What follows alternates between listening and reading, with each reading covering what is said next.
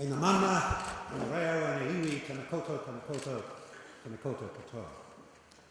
To the people of Te Aotearoa, thank you for that stirring welcome to what I believe will be an extraordinarily interesting and challenging 2 days, and I wish you well in that task. After that warm introduction from Paul Goldsmith, I've got to make an immediate confession. Although I am New Zealand ambassador to the United Nations, I'm not a professional diplomat. I started out life as a lawyer, and I found that wasn't very popular. So I became a politician, and I found that wasn't very popular. So then I became an investment banker, and we know how popular bankers are.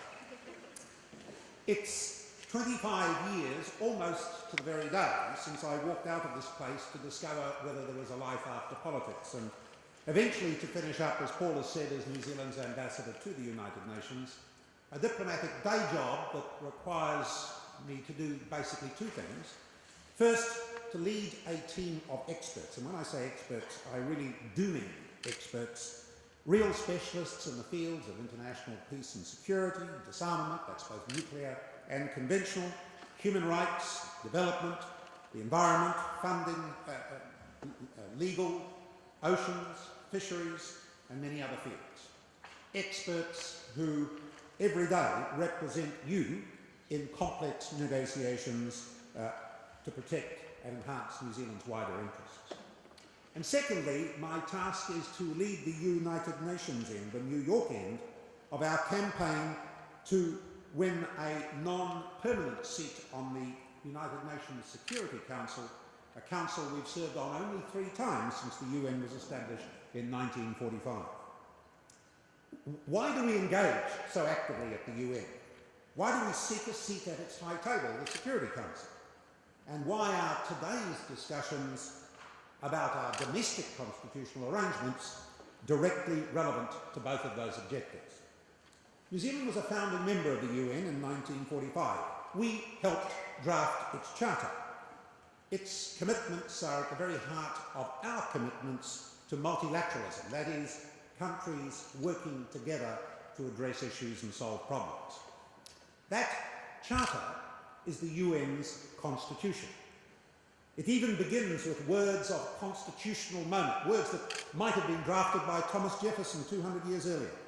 We, the peoples of the United Nations, determined to save succeeding generations from the scourge of war and to reaffirm faith in fundamental human rights. And so it goes on. But since that charter was agreed, not only have the problems that we, the peoples, wanted to address remained with us, they are now amplified.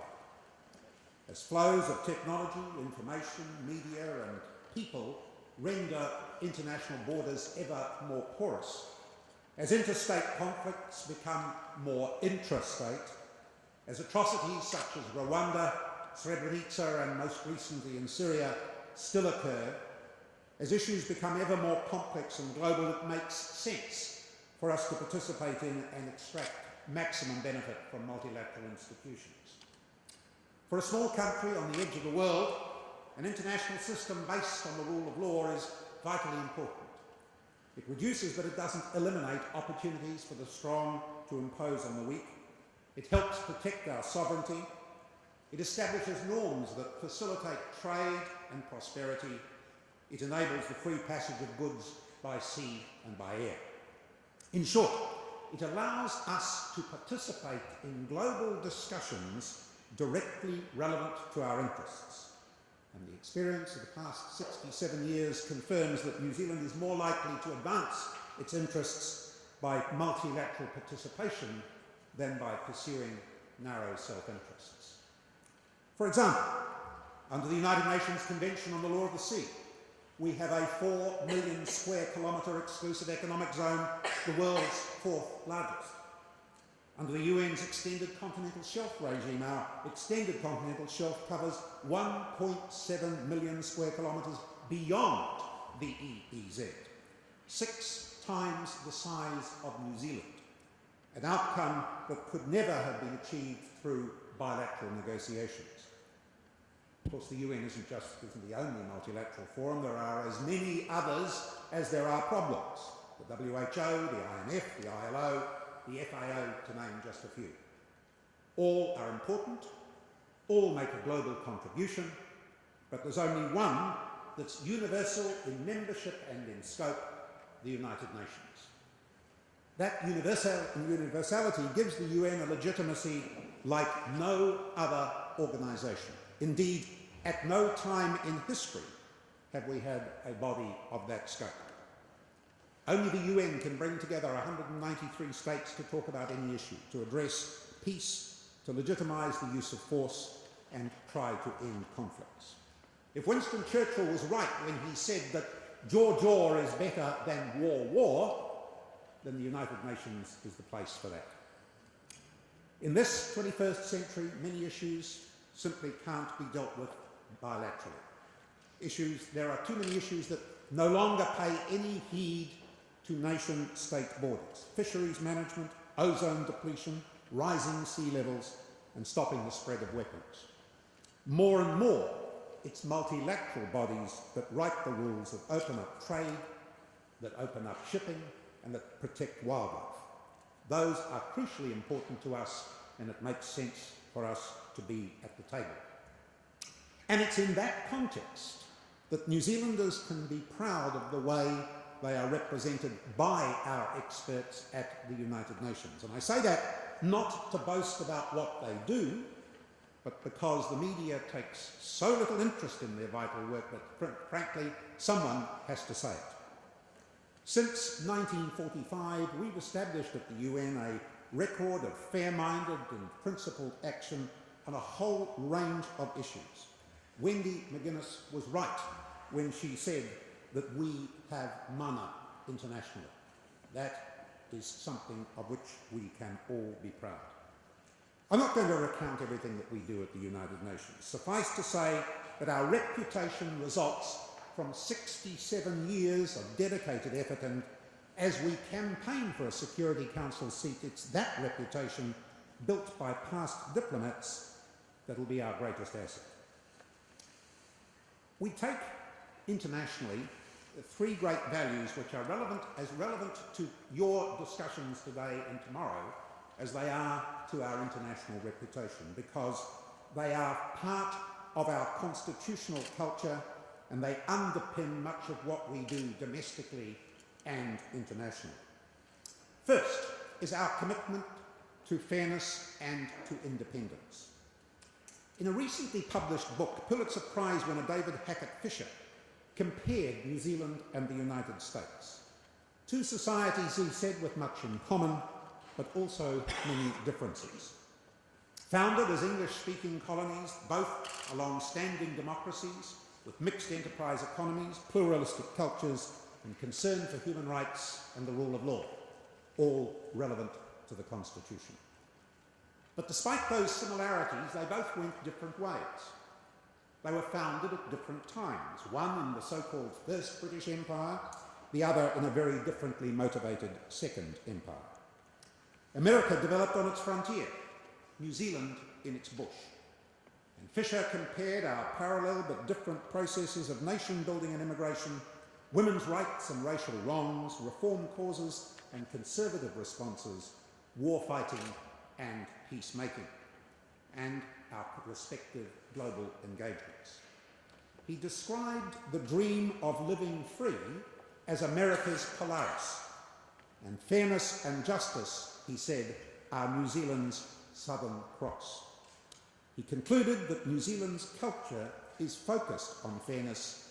It's part of our national character. And that's how we are at the UN. We listen and we respect the views of others. That's our Southern Cross of fairness and natural justice. We are not bound by any political or military alliances which might predetermine our positions. And as a result, New Zealand is regarded as independent, consistent, fair-minded, practical and constructive. And we have a consistent bipartisan foreign policy which isn't subject to violent or sudden change. Secondly, New Zealand is known as a constructive partner. We work to solve problems, not to entrench them. We tackle difficult issues, and we're regarded as bridge builders. Thirdly, New Zealand seeks practical solutions. Like the majority of UN members, we are a small state. So we know at first hand the problems of size, distance, limited resources, post-colonialism, and the need to right past wrongs. All are challenges for us domestically, for our region, and for other states. And because we understand those challenges, we seek workable solutions. If there was a place at the UN for number 8 fencing wire, we'd be it. In our electoral group, in October 2014, 2 non-permanent seats will be contested by 3 candidates, ourselves, Spain and Turkey. They're our opponents, they're also our friends, both are strong contenders.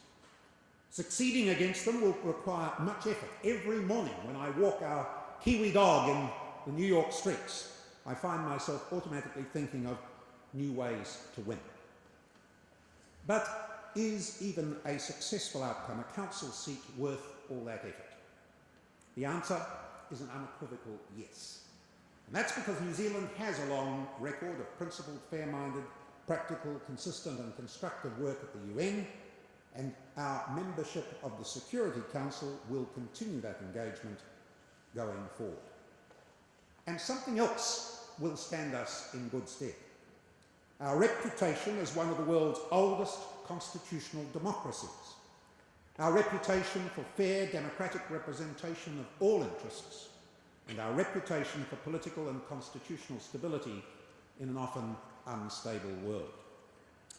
Next year marks the 160th anniversary of our first Parliament, the 160th anniversary of the constitutional democracy that, despite our size, has enabled us to speak to the rest of the world with a firm, clear, representative voice from the authority of a firm, clear and representative base. What Paul Goldsmith described as our constitutional international reputation, our constitutional reputation, the history of how we came to govern ourselves and the manner in which we do govern ourselves, is part of New Zealand's narrative, a narrative we should share not just on these occasions, but also with the world. And so I compliment the McGuinness Institute on its initiative to call this group together to review our constitutional arrangements. To provide some background to this address, I went to what's described as the official website of the New Zealand government, a dangerous description, I've got to tell you, expecting to find a comprehensive timeline of our constitutional development. It begins with the Treaty of Waitangi and British sovereignty, followed 12 years later by a Westminster-style parliament, making it the world's 8th oldest national parliament, predating those of Australia and Canada. In fact, ours is one of the world's oldest continuous democracies. But then I was disappointed. The 16 listed constitutional milestones included some obvious things like Dominion status in 1907, the Statute of Westminster in 1947, and the introduction of MMP in 1996, but not the establishment of the Maori seats in 1867, giving the voting right to all Indigenous males, long before that happened in any other colony, and 12 years before all Pakeha men got the same right. One of the world's first modern extensions of voting rights without any property qualification. And no reference to women getting the vote in 1893. The first country in the world to do that, something of real international importance and achieved without major social disruption that we saw in other countries. There's no reference to establishing the Ombudsman in 1962, the first outside Scandinavia, a constitutional precedent now very widely followed. And nothing about the Human Rights Commission established in 1976. And I might say, no reference to the Official Information Act, Paul, which fundamentally changed the relationship between a previously secretive government and those it governed. Legislation that's been copied sometimes almost word for word in other countries. Its guiding principle is that official information must be made available unless good reason exists under the Act for withholding it. And that was a direct reversal of the old Official Secrets Act, which made it an offence to release any official information. The Law Commission has described it as central to New Zealand's constitutional arrangements. In short, this official website of the New Zealand government doesn't acknowledge that within 53 years of formal European settlement, a single lifetime, New Zealand had established responsible parliamentary government, given the vote to all Maori males and then to all other males without a property qualification, and then enfranchised all women, arguably making it the world's first true democracy with an unrestricted, non-discriminatory adult franchise. And nothing to highlight our 20th century role of a world-leading precedent establishing a system of transparent and accountable government. By comparison, the McGuinness Institute's publication, Nation Dates, which I commend greatly, contains a much better New Zealand timeline, as indeed does the Cabinet Manual, that's published or held by the New Zealand government. Well, Wendy McGuinness has told us why you are here, 50 or so young people to debate our constitutional future. But why am I here? Why are you being addressed by someone who retired from Parliament fully a quarter of a century ago, and since he left, frankly, I have only re-entered this building about a dozen times? It's because the McGuinness Institute remembered that I was directly involved in what it describes in the publicity material as New Zealand's last constitutional crisis, and believing that experience might be relevant to your discussions, wants me to recount my version of those events. You'll have seen a documentary clip on the Institute's website, but I'm here to tell you what really happened. And I've got to apologise immediately for the fact that this very personal account inevitably means far too many perpendicular pronouns. If you Google New Zealand constitutional crisis, even without the date 1984, then with varying degrees of accuracy, this is what we'll get. Let me briefly set the scene. It is 1984, Orwell's year of reckoning. Sir Robert Muldoon's national government had governed for nearly 9 years. For 6 of those, I'd been Attorney General and Minister of Justice. And in March 1984, as Paul has said, I'd been elected Deputy Prime Minister, but not, I should add, with Sir Robert's support. On the night of Thursday, the 14th of June, Sir Robert, in quite extraordinary circumstances, called an early election. That had an immediate impact on financial markets, which anticipated a Labour victory, and with it, a devaluation of the New Zealand dollar.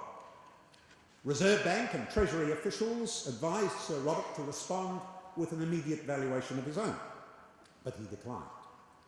Over the 4 weeks of the campaign, the dollar came under more pressure, and officials again unsuccessfully advised him to devalue. Now, that's a very, very brief background to the events that followed. Saturday, the 14th of July, Election Day, was also Bastille Day, a coincidence that wasn't lost on the media. And the results very quickly showed that Labour, led by David Lange, had won the election. The following Monday, Muldoon told his cabinet colleagues that officials had again recommended a devaluation, but he still did not agree. Now that, in my view, was as far as the matter needed to be taken. The National Cabinet would remain in office for about 10 days until final election results were declared, but future policy was out of our hands. We were caretakers for a new administration, and if they wanted to take urgent action or steps, so long as we remained technically in charge, we'd have to do it. That evening's television news carried Lange's claim that Muldoon was refusing his advice to sort out the currency problem. And at 9:30 of that night, TVNZ broadcast an interview with Muldoon, who said he'd spoken to Lange, giving some advice which would have solved this problem, as he said, and then in quite unequivocal terms concluded, "I am not going to devalue so long as I am Minister of Finance." Well, I was astonished. In my view, even if it disagreed, an outgoing government had to act on the advice of the incoming administration. Others reacted similarly. Within minutes, 3 senior ministers came to my office. One of them, Hugh Templeton, later wrote that, and I quote, "In anger, he raced over to the Beehive." Obviously, we had to get to Muldoon, we had to do it quickly, but first we had to be clear about the constitutional position. None of those colleagues were lawyers, but they all accepted my view that during the transition we were caretakers and should, if necessary, implement the wishes of an incoming government. But my very quick research revealed no direct precedent to that effect, which meant we had to decide what to do without the benefit of precedent or any existing constitutional convention. We all knew, however, that if Sir Robert meant what he'd said and if he really was refusing to act, we faced a very serious situation. There was a further problem. The election outcome was clear, Labour had won decisively, and it was possible the Governor-General, Sir David Beattie, might take his own action, and that could only be in favour of the incoming Labour government. After a brief discussion, I could see only one possible way forward. Muldoon either had to comply or he had to be replaced. So we agreed we'd immediately contact him to clarify his stance and to make clear our view that he had to respond, and that if he refused, we'd immediately force the issue with the Cabinet. If he still refused, and this was the crunch, if he still refused, then as his deputy, I would advise the Governor-General that Muldoon no longer had the confidence of Cabinet, that he should be dismissed, that I should be appointed as Prime Minister for the few remaining days, and that we'd undertake no new policies and would implement any wishes of the incoming government. Think about it. Here were 4 senior ministers prepared to seek the removal of the Prime Minister who'd led their party for 10 years, and to do so for constitutional rather than the more usual political reasons. It was, I can tell you, a chilling moment. It would split the National Party. Muldoon's many loyalists would decry it as a constitutional coup d'etat. Certainly, my own political career would be at an end. Later, it was incorrectly reported that had Muldoon persisted, we planned to resign en masse, either leaving him on his own or creating vacancies in the Executive Council that could be filled by senior Labour MPs. That was never an option. No Labour MP could be appointed until final results had been declared. So a mass resignation would have left Muldoon as the only minister able to do or refuse to do whatever he wished.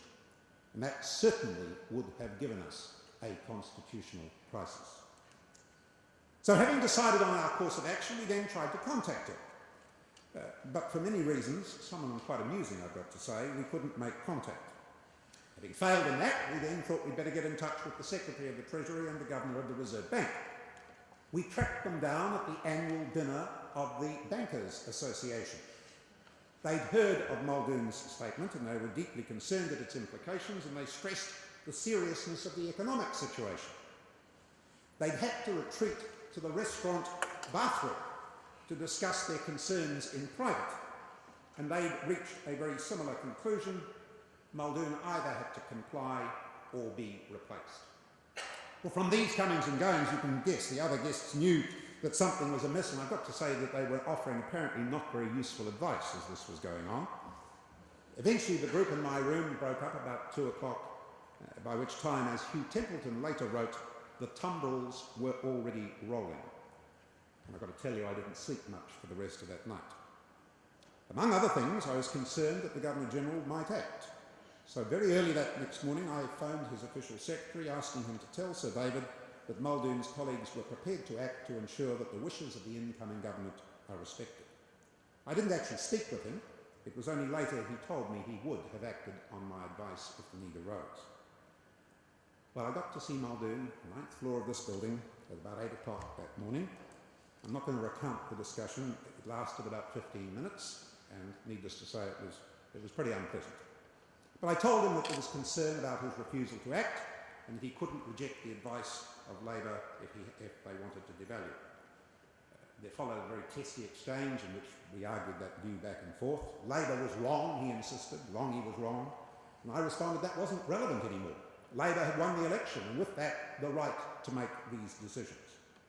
And I cited, but I've got to say with no great confidence, an Australian precedent of the previous year where an outgoing government had devalued on the advice of an incoming government. And I said there was a convention, a constitutional convention, that we were caretakers. I told him if he didn't respond, we'd have to force the issue.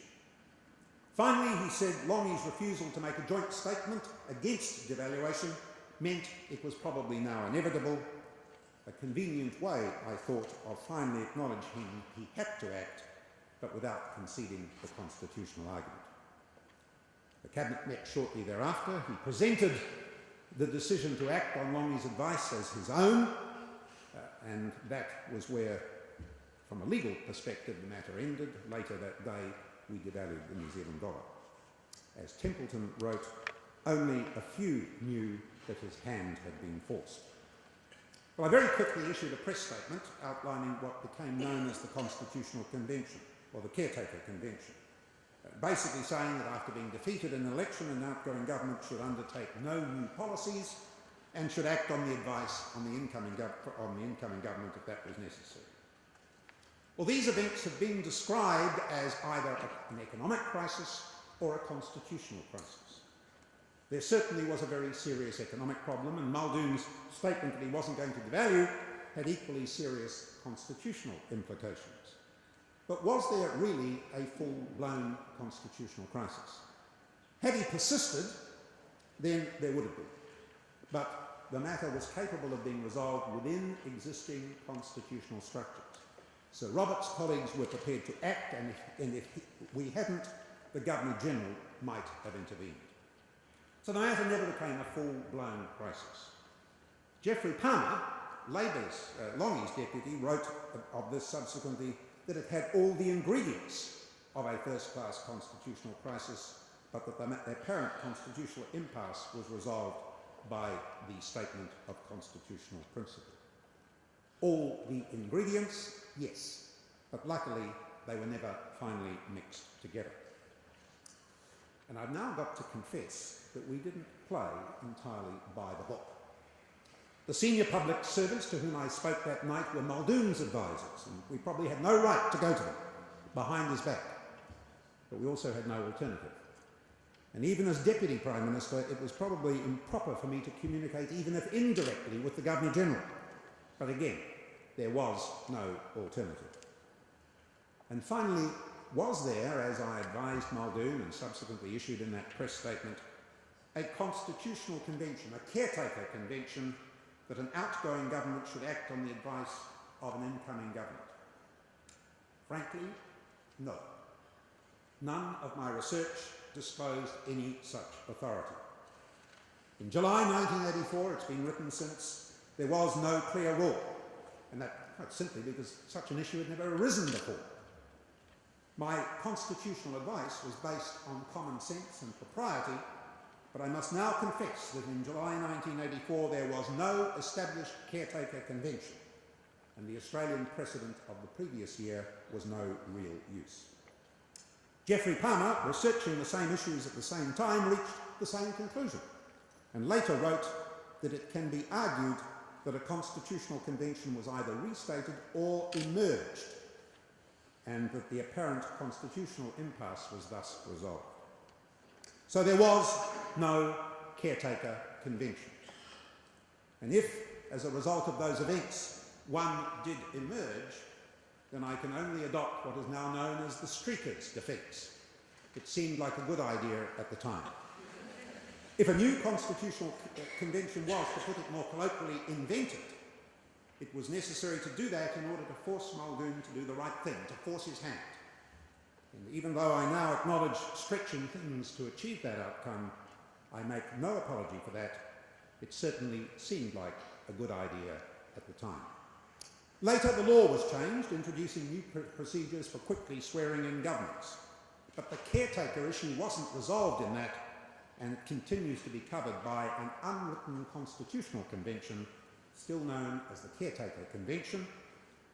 Invented in the dark hours of Monday the 16th of July, it remains, as I told Muldoon that morning, and is now an accepted part of our constitutional structure, formally set out in paragraph 6.24 of the Cabinet Manual in almost identical language to the press statement that I issued. New Zealand is one of only 3 countries that relies on a so-called unwritten constitution. We do have a constitution, but it's rather than a single supreme document formally described as such, it's made up of various acts of Parliament, including some entrenched provisions, treaties, letters patent, orders in council, court decisions, and a number of non-legislative conventions. The long-standing success of our constitutional democracy relies, at least in part, on the willingness of those at the top to abide by certain conventions and understandings, doing the right thing at the right time, and I suppose also on an occasional willingness to invent new conventions to meet new and unexpected situations. Muldoon's intransigence briefly upset that balance. As Templeton later wrote, he'd gone far beyond constitutional reality, let alone grace in defeat. New Zealand is, as I said, one of the world's longest standing, continuous and most successful democracies. Never before had its constitutional underpinnings been so challenged, even if only briefly, and I hope never again. But those events never became a full-blown constitutional crisis. Unlike Australia in 1975, a serious problem was averted. The reasons for that are many and various. But one was an interesting convergence of people who all knew one another, very much a consequence of our small, intimate democracy. Although we were political opponents, I knew Geoffrey Palmer and how he thought on constitutional issues. And I understood the advice he'd be giving to his leader, David Lange. And I knew the Governor-General, Sir David Beattie. He was a friend. I'd instructed him as a lawyer, and I'd appeared before him as a judge. I had a good idea what he was likely to do. I knew how both would respond if I advised in a particular way, and likewise they knew what I would be thinking. Later, both confirmed that thinking. But at the time, even without explicit confirmation, it was really valuable to know the thinking of those who might also be key decision makers. We were on the same track. As I said, we do have a constitution. It's very much the product of Victorian Britain and the reforms that it was bringing in at that time. But also, of course, of the preceding 600 years of constitutional evolution, at least back as far as Magna Carta in 1215, through the Model Parliament of 1295, on to the struggle between King and Parliament, partly resolved by regicide in 1649, and then by the Glorious Revolution in 1688, and the same year's Bill of Rights, which established Parliament's lawmaking and taxation role and provided for free and regular elections. And finally on to the struggle to expand the voting franchise and make Parliament truly representative, the Reform Acts of the 1800s. It was as that last struggle was in its final stages that Britain finally acquired sovereignty over and then gave to New Zealand its parliamentary government. And much of our constitutional structure today reflects that timing. Having lost the American colonies as a convenient place to send criminals and Irish and Scottish troublemakers, some of whom were probably my own ancestors, and having then in 1788 acquired Australia for that same purpose, Britain apparently had very little interest in extending its reach to New Zealand, and it was a reluctant coloniser even in 1840. Captain Hobson had received his instructions from Lord Normanby, the British Secretary of State for War and Colonies, an interesting relationship. He wrote that the British government had no pretension to seize or govern New Zealand, and wanted to avoid injury to Maori whose title to the soil and to the sovereignty of New Zealand was indisputable, and that therefore Britain disclaimed every pretension to seize New Zealand or to govern it, unless the free and intelligent consent of the natives expressed according to their established usages shall first be obtained. Well, I guess if Normanby's sentiments were genuine, Hobson had been sent on a mission set to fail. But as we know, he had other ideas and did other things. And once the treaty was signed, Britain was an equally reluctant colonial administrator. So much so that in 1852, only 12 years after the treaty, Westminster enacted a New Zealand Constitution Act, passing responsibility for parliamentary government to the colony itself. Now, I'm not a constitutional theorist, but I have had to make our constitution work in practice, and not just with the events I related earlier. And from that very practical standpoint, I take the view there are basically two types of constitution. There are those, such as the American, which I describe as constitutions of solutions. Those in which, so their proponents believe, can be found solutions to all issues relating to governmental powers and functions, a truly supreme law. These constitutions of solutions remain central to government thinking and action, and can determine the constitutional validity, the rights and wrongs of policies, even those enacted by an elected and accountable majority of political leaders, perhaps supported by a clear majority of citizens. And then there are constitutions of presence, those that remain as a presence, but essentially in the background, always there to guide the principal actors, but not to dictate outcomes, particularly not to determine the rights and wrongs of policies that should more properly be decided by elected and accountable political leaders. These might, if you want to bring it down to civilian terms, might be likened to a shareholders or a partnership agreement, the sort of document or unwritten constitution that's only brought out and consulted in times of trouble like July 1984. We shouldn't be under any illusions. No constitution is perfect. Some Americans ascribe an almost God-given quality to their constitution, some even believing it to be divinely inspired, and ascribing Old Testament prophet-like qualities to the founding father drafters. But there are still differing views about its effectiveness. The late Gore Vidal cynically observed that, and I quote, "Congress no longer declares war or makes budgets, so that's the end of the Constitution as a working machine." And a less cynical commentator wrote very recently that constitutionally the American presidency is designed to disappoint. And from the founding fathers' point of view, that protects the Republic because they distrusted government in general and the office of the president in particular. Although changes to these constitutions should be very rare, most are expected to adapt to their circumstances and to their times, to be living and breathing documents. And those times and circumstances can certainly change. When we think about constitutions, and particularly modern constitutions, we tend to regard them as a necessary consequence of the development of the Westphalian nation-state, and possibly also a product of the Enlightenment, as both evolved over the past 400 or so years. But the idea of constitutions is very much older. Sparta's constitution, possibly the world's first, is sometimes attributed to the lawgiver Lycurgus or Lycurgus in the 7th century BC. And in the 3rd century BC, Aristotle studied about 158 ancient world constitutions. And unlike my two very unsophisticated classifications, he put them into 6 categories. For him, a constitution wasn't a single organised document, as with the American and other constitutions. It was a collection of customs, rules and laws for the governance of the city-state, more like our unwritten constitution. All Greeks believed man must live in freedom, ruled by laws made by the political community, not by arbitrary fiat of some man or god. And they understood that when elevating someone to a ruling position, it was also necessary to urge restraint and self-control.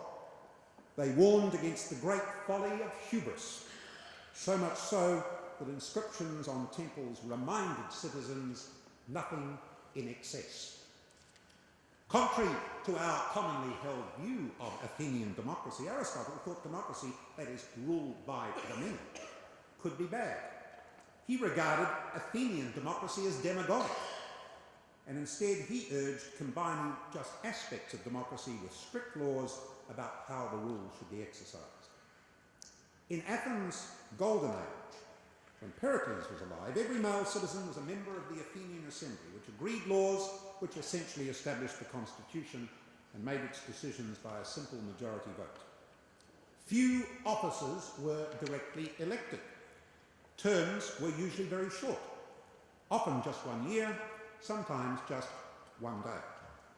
Athenians would not have regarded elected representatives, appointments to important offices, unelected bureaucrats, or judicial life tenure as being democratic. Indeed, some might regard what we've created as the direct opposite of democracy. Elected officials were limited to generals, who, if very skillful, could be re-elected, naval architects, don't think we'd want to appoint them, some treasurers, and the city water supply superintendent. Even then, they understood the real importance of water. They filled most other offices by lot or at random, and for a limited tenure of 1 man per term in each office. All very much in accord with the Athenian belief in the democratic principle of equality, which held that any citizen who was capable could perform civil responsibilities, and its corollary, which feared giving power even to the able or experienced few. Imagine going out to Riccarton Mall, Lambton Quay or Queen Street and choosing someone at random, a taxi driver maybe, a shopkeeper or a doctor, and appointing him or her as Prime Minister for a year. Would we want to return to such an Athenian democracy? Tempting, I know, but I think not. Well, given this workshop's mandate, the organisers have been wise to suggest that you might draft a possible New Zealand constitution and indeed to put it into that glass baton. But with the very important caveat that this doesn't suggest that our constitution must take written form. Rather, it allows for a tangible, workable output at the end of your deliberations. Not unnaturally, having been exposed to the daytime, the real-time working of our present constitutional arrangements, I've got my own views on that. But like Paul Goldsmith, given your mandate, it's your task, not mine, to deliberate, and I'll hold back from suggesting the direction of your discussions. But I do offer some thoughts that you might care to bear in mind. First, long before you put pen to the drafting paper, you should ask where the problems lie. Indeed, are any problems so pressing that they require constitutional change? Or is it more a case of if it ain't broke, don't fix it? There are always those who will argue that we face constitutional crises. For example, and I quote from some recent statements, that New Zealand's constitution suffers a profound crisis of democratic legitimacy because it rests on rules and conventions that weren't adopted by the people and can't be altered through democratic procedures. Or those who argue that controversy over ownership of the foreshore and seabed or of water amounts to a constitutional crisis. Now, it's easy to use the word crisis to highlight a pet issue. So you've got to ask whether those matters really are of such great moment as to require constitutional change. They might require attention, but do they need constitutional change? Secondly, you will inevitably have to consider the constitutional role of the Treaty of Waitangi. And one of the problems with that is the lack of any national consensus regarding that role. On that, however, you have no better advisor than Dr. Claudia Orange, and I commend the organisers for involving her in this process. Next, even if our constitution remains unwritten, should more of it be entrenched? Only changeable by a parliamentary supermajority, that's 3/4 of all MPs, or by referendum. We already entrench some requirements, such as the 3-year parliament and NMP. But are other aspects also worthy of that protection? Sir Geoffrey Palmer has argued it for his New Zealand Bill of Rights Act. And if the Official Information Act really is central to New Zealand's constitutional arrangements, should we at the very least entrench its guiding principle that information should be made available unless good reasons exist under the Act for withholding it. Are there any other provisions that might be considered for entrenchment? Next, the current constitutional review begs the question whether we should formalise how we reconsider our constitutional arrangements. Hawaii, the American state that's closest to us, both geographically and culturally, undertakes periodic reviews of its state constitution. Voters elect a constitutional convention, often choosing those who aren't politicians or even members of political parties. Important changes can result. The 1978 convention established term limits for elected officials, required a balanced state budget, and even established the basis for righting wrongs done to native Hawaiians following the overthrow of the monarchy in 1893. But even if no major changes result, that doesn't detract from the review process. Rather, it confirms that after intensive review, most existing arrangements are found to be satisfactory. If it ain't broke, they're not going to fix it. And an open, transparent review process that achieves that outcome provides all the more confidence in that view. Might we, in New Zealand, think about having similar regular reviews? Or is the fact that, say, over the past 30 years, we've made government information more available, enacted our own Bill of Rights, and changed the way we elect our legislators, and reconfirmed that in a referendum, does all of that show that without any great formality, we already regularly review and, if necessary, update our constitutional arrangements? We do it on a typically Kiwi ad hoc basis. And should we look again at the parliamentary term? An issue we last seriously considered in 1967. Might it be extended to 4 years? Or was Sir Keith Holyoake on the button when he said that 4 years is far too short for a good government and 3 years is far too long for a bad one? I've got to tell you that, just as a sidebar, there was in 1967 we had a referendum on the length of Parliament, and there was another referendum at the same time on liquor licensing closing hours. We had, in those days, something called the 6 o'clock swirl. And a contemporary cartoon showed an inebriated referendum participant declaring he'd voted to close Parliament at 6 p.m. and keep the pubs open for 4 years. Well, ladies and gentlemen, in addressing all these and other issues, you might well have regard to the Scottish jurist and statesman Lord Brougham, who put the task of writing new laws in what I regard as the most noble of terms. It was, he wrote, the boast of Augustus that he found Rome of brick and left it of marble, a praise not unworthy a great prince. But how much nobler would be our sovereign's boast when he shall say that he found law dear and left it cheap, found it a sealed book, left it a living letter, found it the patrimony of the rich, left it the inheritance of the poor, found it the two-edged sword of craft and oppression, left it the sword, the staff of honesty and the shield of innocence. That, over the next 2 days, is surely your challenge. Our Constitution has served us remarkably well over the past 160 years. Whatever you do, or try to do to it, make sure that it is accessible to all. That's finding it a sealed book and leaving it a living letter. That it belongs to all the people, making it the inheritance of the poor, not the patrimony of the rich. That it provides genuine protections for ordinary citizens. That's the staff of honesty and the shield of innocence. But, just in case you get too carried away by Brougham's wonderful words, you might also reflect on those of Lord Eldon, who said that, like the Spartan lawgiver, anyone who proposes new laws should come publicly with a halter around his neck and adventure a hanging if he failed in his undertaking. For those who might wish to rewrite our Constitution in whatever form, or those who would wish to confirm our existing constitutional arrangements, the challenge must always be to achieve Brougham's noble Augustinian objectives, but above all, to avoid Eldon's Spartan hanging fate.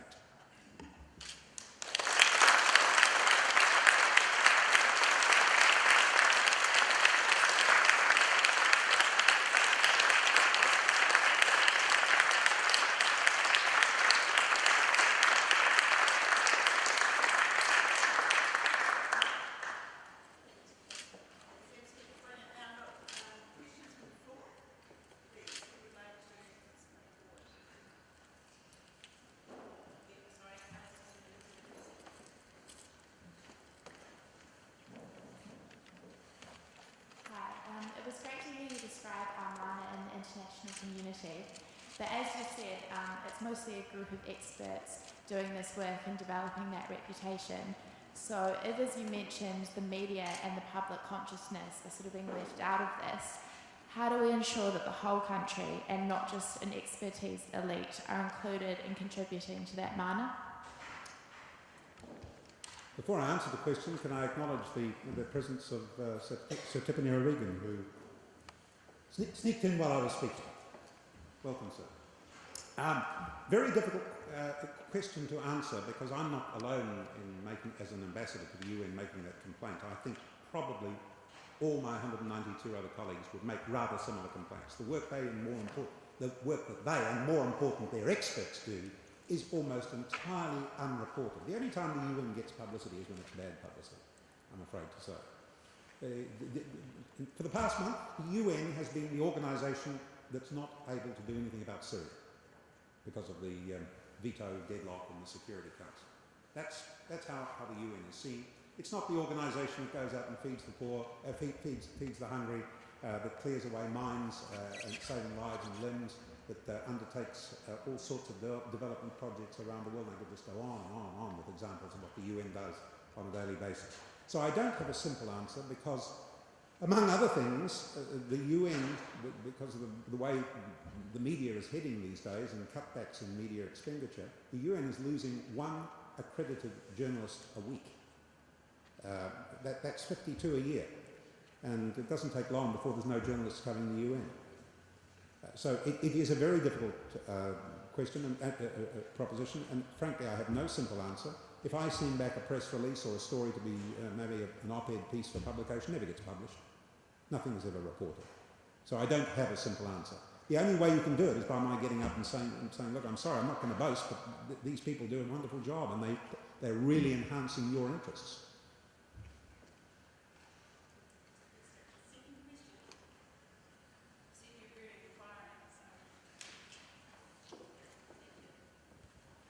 So what has been the most rewarding experience for you being part of the UN? Frankly, it comes back to leading that team.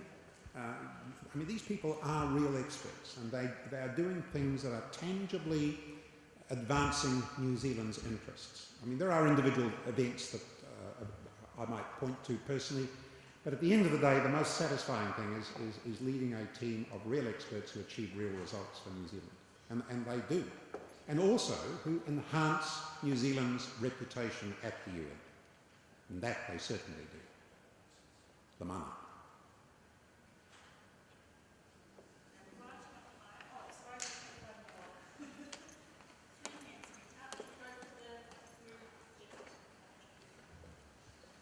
Hi, you described your two categories of constitution, and one of them you said was a constitution of presence, which didn't dictate to governments.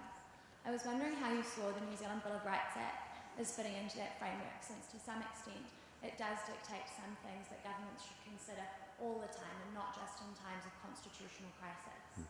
I would definitely put it into the category of constitutions of presence rather than those of solutions, because at the end of the day the Bill of Rights does not prescribe. It guides.